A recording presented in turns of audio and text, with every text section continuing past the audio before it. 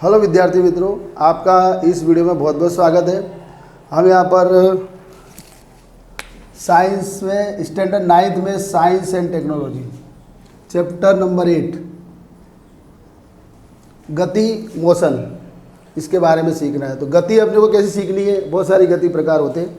एक तो वृत्ताकार गति होती है, जो गर्भों में घूमते लोग, वो वृत्ताकार गति अपने को, लेकिन वो गति को बाद में सीखना। पहले आपको रेखीय गति सीखना है, सुरेख गति, जो सीधी लाइन में गति करता पदार्थ उसके बारे में सीखना है। तो मैंने इधर पे एक आपको आकृति में दर्शाया है, तो उसके पहले कौन से क्वेश्चन के लिए दर्शा देख सकते। दूरी तथा विस्थापन के बीच का अंतर। दूरी और विस्थापन दो अलग अलग बातें हैं। दूरी और विस्थापन दो अलग अलग बातें, उनके नाम भी अलग है, तो उनकी परिभाषा और उसका मीनिंग भी अलग होगा। के बीच का अंतर उदाहरण के द्वारा समझाना है और उदाहरण द्वारा स्पष्ट करके समझाना है। तो इसको मैंने इस तरह से एक आकृति आपको बनाई है, रेखीय पथ पर है। देखो सीधी लाइन में की गई है आकृति। तो यहाँ पर देख सकते हैं कि वो एक संदर्भ बिंदु है या निर्देश बिंदु भी कह सकते हैं इसको, निर्देश बिंदु, क्योंकि पदार्थ इधर से प्रारंभ करेगा, स्टार्ट करेगा, जहाँ से इसके सापेक्ष गति करेगा, इसलिए इसे क्या बोलेंगे? निर्देश बिंदु कहेंगे। तो पदार्थ मान लो का स्थान मान लो एक सी है, जहाँ पे 25 किलोमीटर में, ध्यान रखना आपको। तो 25 किलोमीटर पे सी बिंदु है, 35 किलोमीटर बी बिंदु है और 60 किलोमीटर पे ए बिंदु है।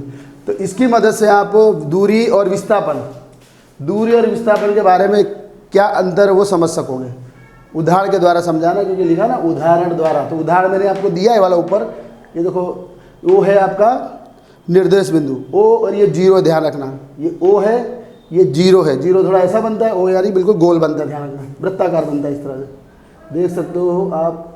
ओ और जीरो थोड़ा अंडाकार ऐसा बनेगा, इस तरह से। दोनों में डिफरेंट ध्यान रखने का। दोनों को एक जैसा बना दोगे तो आपको पता नहीं चलेगा बिंदु है कि कोई संख्या है। तो ये बिंदु है और ये निर्देश बिंदु लिखा भी है मैंने। तो वो एक निर्देश बिंदु और उसका स्टार्ट है, मतलब इसलिए इसको 0 किलोमीटर समझेंगे। इधर से जब आगे बढ़ेंगे इस तरह से रेखीय पथ पर, यानी एक ही रेखा में जब आगे बढ़ेंगे तो इस तरह बिंदुओं के स्थान दर्शाए गए हैं। तो दूरी और विस्थापन की परिभाषा समझेंगे पहले। देखो, दिए गए समय अंतराल में, तो जब ये पदार्थ स्टार्ट में रहेगा तब इसका समय 0 होगा, टाइम 0 हो जाता है। क्योंकि पदार्थ जब स्थिर रहेगा तब वो चलेगा नहीं, गति नहीं करेगा, तो उस समय उसका जो समय है वो शून्य लिया जाएगा। तो इसका शून्य समय होगा मान लो। अब यहाँ से समझो कि दिए गए समय अंतराल में, यानी कुछ समय लगता है, कहीं एक बिंदु से दूसरे बिंदु में पहुँचने में कोई टाइम लगता है आपको, यानी समय लगता है अंतर। गति करते पदार्थ गति करना कंपलसरी है, तभी तो वो क्या दूरी तय करेगा। दूरी तय करने के लिए क्या जरूरी है? पदार्थ को गति करना जरूरी है।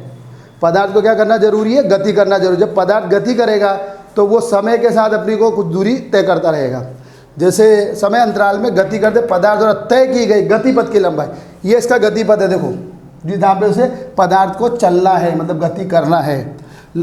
गतिपथ की कुल लंबाई को दूरी कहते हैं। इसको मीटर और सेंटीमीटर में मापा जाता है, किलोमीटर में ही मापा जाता है, लेकिन इसके छोटे मात्रक मीटर और सेंटीमीटर में आएंगे। चलो, यहाँ पर ओ ए और ओ सी, मान लो पदार्थ ओ से ए पर पहुँचा, पदार्थ ओ से कहाँ पहुँचा? ए पर। तो कितनी किलोमीटर दूरी तय की? 60 किलोमीटर। तो मैं ओ ए बराबर कितना लूँगा? ओ ए के बदले कितना लूँगा? इधर 60 किलोमीटर लूँगा। फिर उसके बाद पदार्थ रिटर्न वापिस ए से कहाँ? सी आ जाता है, तब इधर दूरी को 0 माना जाए, क्योंकि पदार्थ इधर स्थिर हो गया है। इसलिए दूरी इधर कितनी हो गई? इधर से इधर तक की आपकी दूरी सी तक की है 25 किलोमीटर हुई। तो पहले तो वो कितना है? ओ से ए तक चला तो कितना दूरी तय किया? 60 किलोमीटर। अब इधर से रिटर्न वापिस सी पर आया तो कितना किलोमीटर? 25। तो आपको दोनों को जोड़ देना है, दोनों को क्या कर देना? प्लस कर देना है। तो ओ ए प्लस ए सी बराबर 60 प्लस 35 किलोमीटर बराबर 85 किलोमीटर हो जाएगा आपका। तो इस तरह से आपने क्या किया? दूरी तय की। क्या की? दूरी, कुल लंबाई, गतिपथ की कुल लंबाई लेंगे तो आपको क्या मिलेगी? दूरी प्राप्त हो। विस्थापन में थोड़ा इससे डिफरेंट है, विस्थापन में परिभाषा में भी थोड़ा डिफरेंट है, इसकी परिभाषा में भी डिफरेंट है। पदार्थ की गति पथ की प्रारंभिक स्थान, इसका प्रारंभिक स्थान मान लो कि ओ है। प्रारंभिक स्थान क्या? मैं इधर आकृति आपको दोबारा जो लिख बता देता हूँ। मान लो ये इसका प्रारंभिक स्थान और ये इसका अंतिम स्थान। वो इसका क्या है? प्रारंभिक स्थान, और ये अंतिम है इसलिए अंतिम स्थान बोलेंगे इसको। तो यहाँ पर क्या मैंने कहा? देखो, पदार्थ की गतिपथ की प्रारंभिक स्थान यानी ओ तथा अंतिम स्थान यानी ए के बीच का न्यूनतम अंतर या दूरी, अंदर को दूरी को विस्थापन कहते हैं। क्या कहते हैं? विस्थापन। तो देखो यहाँ पर देखोगे ओ से सी तक चल रहे हो तो आप कैसे ओ से ए लिख देंगे तो भी अच्छा रहेगा, क्योंकि मैंने ओ से उदाहरण दिया। तो ओ से ए का विस्थापन, तो आपने क्या किया, अंतिम स्थान में से प्रारंभिक स्थान को माइनस कर देंगे, क्या घटा देंगे, क्या कर देंगे, माइनस। अगर मैं प्रारंभिक स्थान को मान लो xi मानता हूँ और अंतिम स्थान को xf मानता हूँ, इनिशियल एंड फाइनल, इनिशियल का मतलब प्रारंभिक होता है और अंतिम मतलब फाइनल होता है। तो इस तरह से एक्सेप में से xi घटा देंगे, मतलब किया क्या मैंने, एक्सेप माइनस xi किया। तो एक्सेप के स्थान पे कितना था आप देखोगे 60, तो इधर आप 60 लोगे इस जगह पे, और ओ के स्थान पे कितना था 0, तो इधर आप 0 लोगे। अब यहाँ पे क्या करोगे आप, एक्सेप का मान कितना है 60, बीच में माइनस, फिर xi का मतलब 0, 60 में से 0 का तो 60 किलोमीटर, दोनों ही ओ से ए तक पहुँचे हैं, पर ये रिटर्न इधर सी आ गया है, तो इसलिए इसमें प्लस कर दिया गया। यहाँ पर क्या आपको माइनस कर देना है, तो आपको इस तरह से क्या प्राप्त होगा, विस्थापन प्राप्त होगा। तो आपने आज जो दूरी तथा विस्थापन के बीच का अंतर उदाहरण द्वारा स्पष्ट रूप से समझा। तो अभी आगे इसके और 2 परिभाषाएं देखते हैं आप लोग।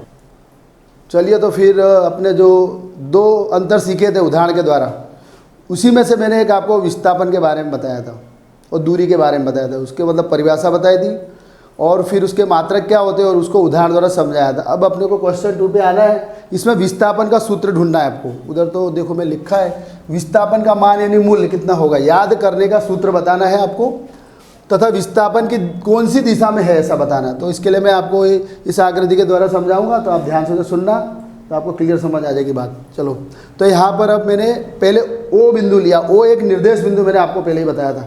निर्देश बिंदु इसलिए कि इसके सापेक्ष पदार्थ इस ओर गति कर रहे हैं, तो अपने कहेंगे ओ से इसकी दूरी कितनी है वगैरह कहेंगे, क्योंकि यहाँ ओ से आपको दूरी मापनी है। तो ओ एक निर्देश बिंदु हो गया आपका, वो एक निर्देश बिंदु है। तो ठीक है, निर्देश बिंदु से क्या कर रहे हैं, कोई पदार्थ यहाँ पर पहुँचता है, जब वो कौन से उसका स्थान दर्शाया जाता है x1, और समय क्या लगता है t1, ये आपका समय है और ये स्थान है। तो यहाँ पर समय घंटों में लेना है और स्थान किलोमीटर में लेना है, आप मात्रक जानते ही होंगे।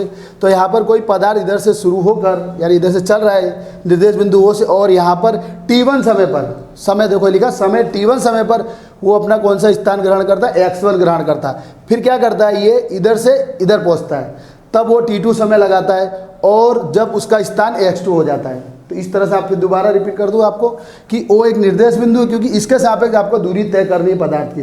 तो पदार्थ मान लो ओ से चलता है, तो वो क्या करता है t1 समय पर, समय यानी t यानी टाइम होता है, आपको मालूम है समय को आप किससे दर्शाओगे, टाइम से।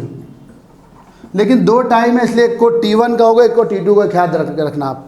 समय का इंग्लिश मीनिंग होता है टाइम, तो टाइम में पहला अक्षर t आता है, इसलिए आप इधर t लगाएंगे, लेकिन पहला समय इसलिए t1 लगाएंगे।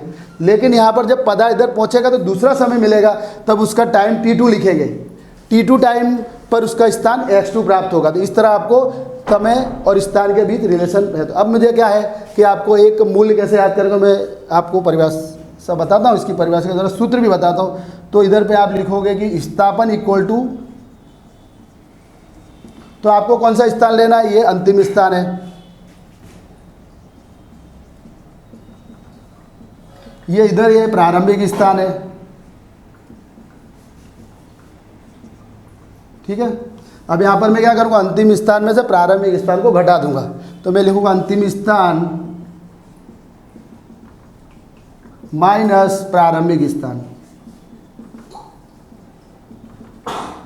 देखो अब इधर क्या होगा, अंतिम स्थान आपका क्या है x2, तो इधर लिखूंगा इसके बदले x2, बीच में माइनस है तो माइनस लिखूंगा, प्रारंभिक स्थान क्या है x1 है तो x1 लिखूंगा।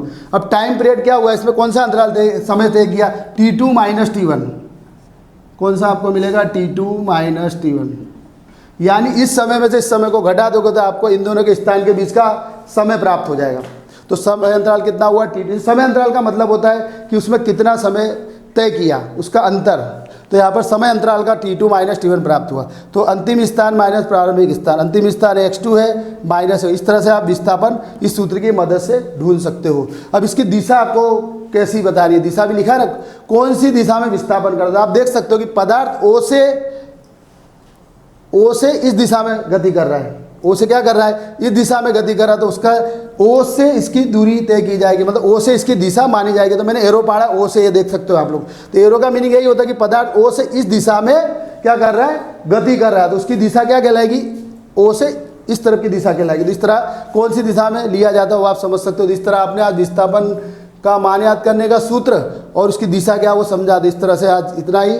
तो विद्यार्थी मित्रों, थैंक यू और वेरी मच।